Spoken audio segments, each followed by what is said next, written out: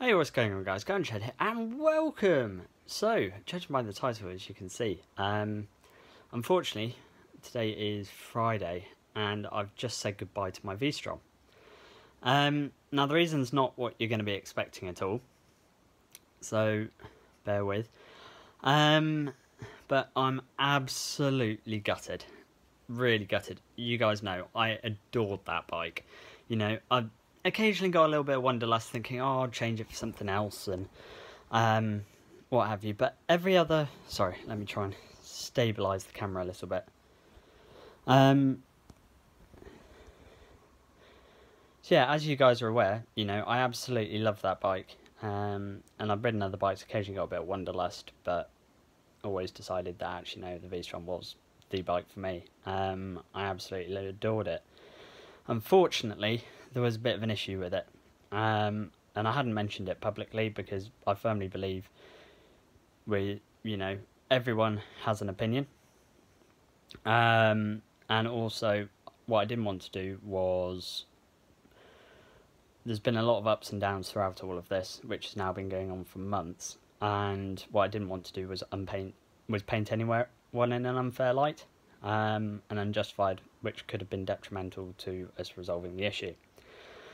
So long and the short of it is, the issue was first spotted in September of last year and pulled up somewhere. I think I was on the way back from the Peak District with Hannah, and noticed that a load of the powder coating around the foot peg mount had blistered up and was peeling off. I thought, that's not right. So had a word with the dealer to make a claim under the warranty for it, because, you know, it wasn't wear and tear or anything. Unfortunately, Suzuki came back and said it was a natural phenomenon, they weren't going to do anything about it. So, fair enough, thought, it's a foot peg mount, it's 50 quid, I'll just get it fixed. I'll get it sorted when it next goes in for service. Then, obviously, lockdowns happened, etc, etc. And when I was getting the bike out after lockdown, I noticed two bits on the main frame of the bike were also having the same issue, in close proximity, within about 10mm or so of major welds. And the paint had lifted and it had rusted, which, considering the bike was put away dry, hadn't been used in months, and, you know, was in a dry environment, that's not right. So, had a look on owners groups, stuff like that. I'm the only person, it seems, to have ever had this issue. So went back to dealer and Suzuki and said, right, okay, it's now on the frame. Quite clearly, this is a problem. And rather than, you know, wear and tear, no one's got this issue, despite, you know, having bikes that are 5 times older than mine with 3 times as much mileage, whatever. It's clearly a defect.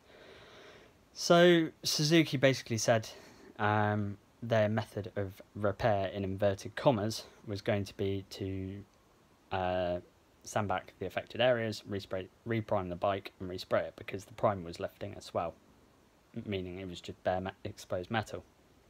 I said, well, that's not really, although that addresses the after effect, it doesn't address the cause. And then more areas happened before we'd agreed on viable action, so I added those to the list. And it was quite clear that this issue was getting worse over time and spreading over time as well. So further conversations with the dealer and Suzuki. Then, when we were just about to come to an agreement, an area on the subframe happened, by which point the list had now grown to 7 affected areas, all around the frame, subframe, and including the foot peg. So Suzuki outright refused to do anything about the area on the subframe, despite me having 2 independent assessments saying it was a manufacturing defect, and basically the frame hadn't been prepped properly prior to it being primered and sprayed. Suzuki outright refused. Now, for those of you that don't know, a warranty is not actually legally binding. It's a gesture of good faith by the manufacturer. They have no legal obligation to actually abide by it at all. So Suzuki basically in the end just stopped communication on the matter, which wasn't good. So I was having a word with the dealer and said, look, Suzuki's repair plan isn't going to fix the problem. It's quite clearly happening over time. Therefore, I'm going to have to consider further action. Before I do so, because, you know, I don't like legal action, you know, and I'm well within the Consumer Rights Act to do something about it, which actually holds the retailer responsible rather than the manufacturer. I said, I think we need to have a discussion and we can come up with an amicable agreement. And dealership was really open to that, and they've been brilliant the whole way through, you know, really trying to push to get answers from Suzuki. Really, really good. Despite the answers not being what I wanted, they were really on it, really on it. So that was good. So in the end, we came to the amicable agreement that the dealership would buy the bike back for a certain amount. It wasn't the purchase price, but I was happy with it, considering I'd had nearly 3 years and about 14,000 miles of use out of the bike. I figured what they offered, they agreed to what I asked for, which I believed was a fair price, and still do, despite them accepting it in the first instance. But you know, I'm not one of those people that go, I want a brand new bike. You know, when clearly it's been used and I've had a lot of enjoyment out of it. I'm not that unreasonable. So yeah, we managed to come to an amicable agreement, and they bought the bike back from me. So that was collected earlier this morning. So yeah, absolutely gutted. But unfortunately, if I'd held on to the bike, the issue would have further spread. And the only way to fix said issue would be basically to completely dismantle the bike, sandblast the frame and the subframe, and then completely reprime it and respray, which would have cost a fortune. So that wasn't really an option for me to finance. And to be honest, I don't think the dealer would have agreed to it if I told them to do it. So it just seemed better to cut to the chase and let's, you know, resolve it amicably, which is always the better thing to do. I'm a firm believer in the fact that, you know, yes, we have the law to protect us, but there's no point in going at someone extremely hard right from the off, because it just puts them on the back foot and makes them less sort of amenable to help you.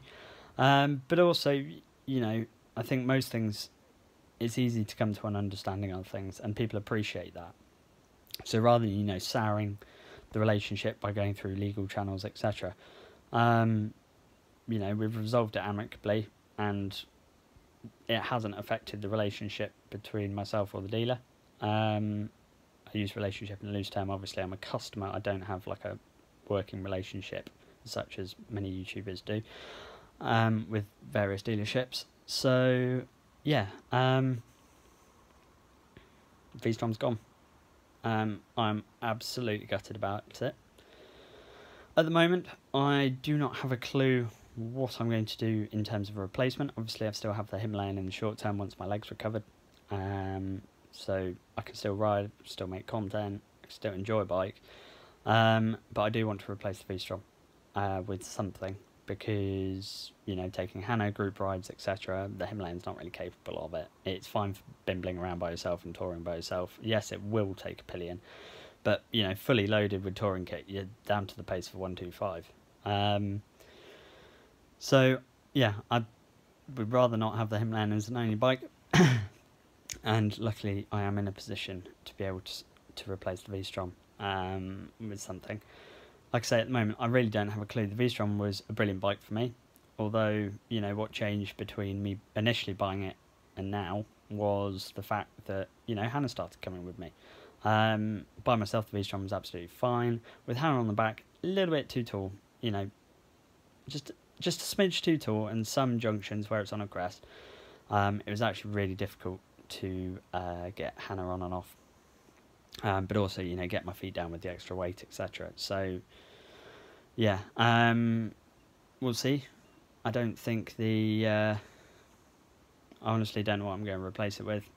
I was tempted by another V-Strom, but given what happened with Suzuki, the fact that they basically completely blanked all my emails, and the last one I sent was, you know, whilst I don't agree with the repair that you're suggesting, please may you advise why you believe it will fix the issue. Because I was just curious, I wanted to know. And, you know, I was very cordial, very polite the whole way through, as I am with anyone. and they just completely started ignoring me. So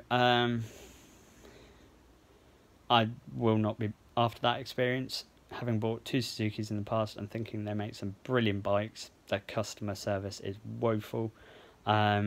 Certainly for the time being, I'm not entertaining the idea of another Suzuki. Especially, you know, they don't deserve my business as far as I'm concerned. You know, I was always amicable with them. I was always fair with them. I was never harsh. I was never rude. I just wanted my bike fixed. And their customer service was truly appalling.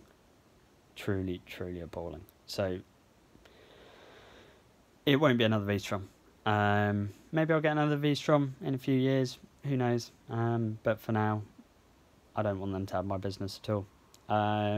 So looking at various different bikes, mainly sort of adventure bikes, stuff like that. Once I'm fit to ride, I'm going to go test ride a few things. I'm really interested in a Honda NC750. It's curious. You know, it's an adventure bike with an 800mm seat height, or it might be 810. They've, with the new model, they've released it, but you know, there's pros and cons. For example, you can't have a tank bag.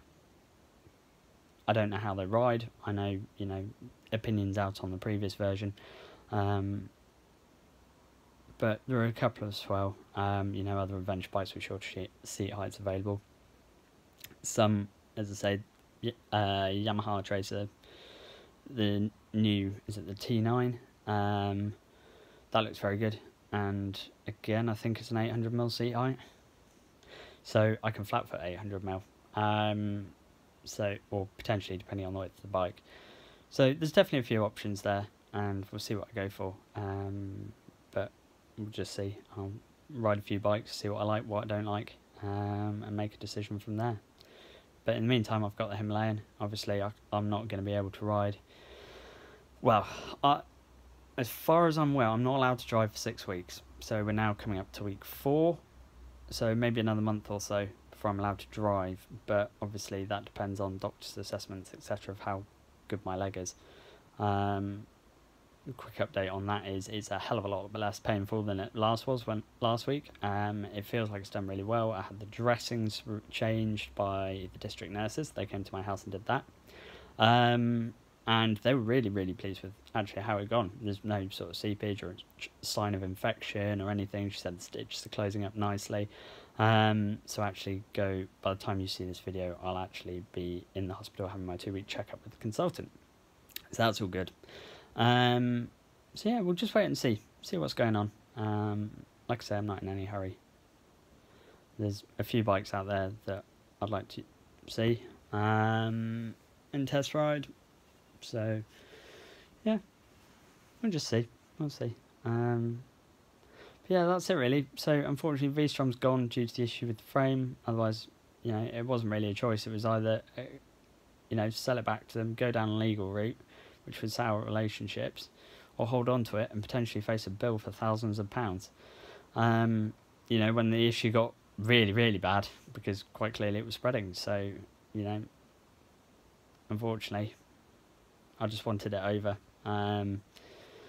So, let go of the V-Strom, which I'm really sad about. Really sad about. As I say, I absolutely adore that bike, and you know, I've done loads of tours on it, been down south, been on loads of rides, been to Wales, been around Europe. I had quite a few tours planned on it for this year as well, but obviously it hasn't really worked out. So yeah, we'll see what comes around, but hopefully it'll be something interesting. I love bike shopping. Who doesn't? But anyway, thank you ever so much for watching, and take care.